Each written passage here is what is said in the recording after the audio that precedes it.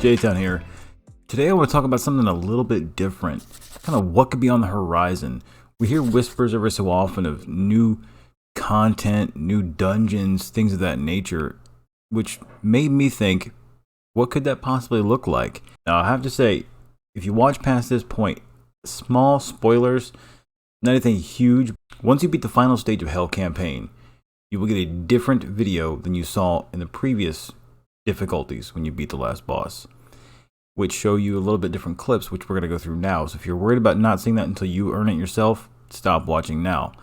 It's nothing huge, but that's what we're going to look at. So if you want to find out, keep going. Alright, so when you beat the last boss, he's no longer in a human form, right? Him. He usually looks like a human, kind of floaty, dark, mysterious. The final form you beat him at, he's full on evil tentacles craziness, right? And so they say, just like before, we defeated him. So it's like the game knows you fought him on other difficulties.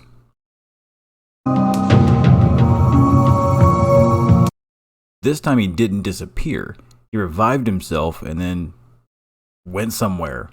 So he ain't dead.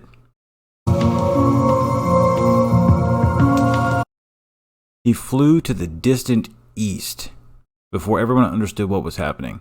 Alright, so in Sword Harbor, the Sword Harbor Guard, I love this faction because they're kind of like, they're an amalgamation of different, races and whatnot. You've got the dwarf, right? You got clearly the humans, but there's the more European style, and then you have clearly the Asian ninja samurais with Yoko.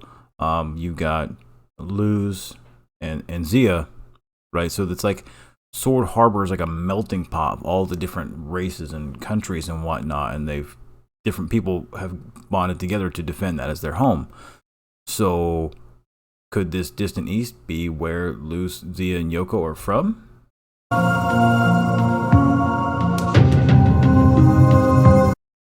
Now this is cool. The unexplored world is full of unknown and danger. So could the dungeons be like some undersea type stuff? Could there be new levels, new campaign stages, right? With maybe factions from there, kind of like Pirates of the Caribbean, Davy Jones's crew, or like I could see some like people with sea creature type appendages, or like mermaids or whatnot. That could be super cool, like an undersea Mer Kingdom faction. That'd be pretty awesome.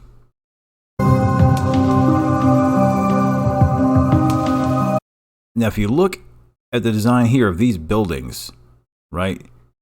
Clearly an Asian style, right? Temples and whatnot. It almost looks like where Iron Fist is from, if you watch that series. This could be like maybe the homeland, original ancestral homeland of Luz, Zia, and Yoko. That could be pretty cool, right? So they say it's not over. We know there's more coming. This is said stay tuned for a little bit here.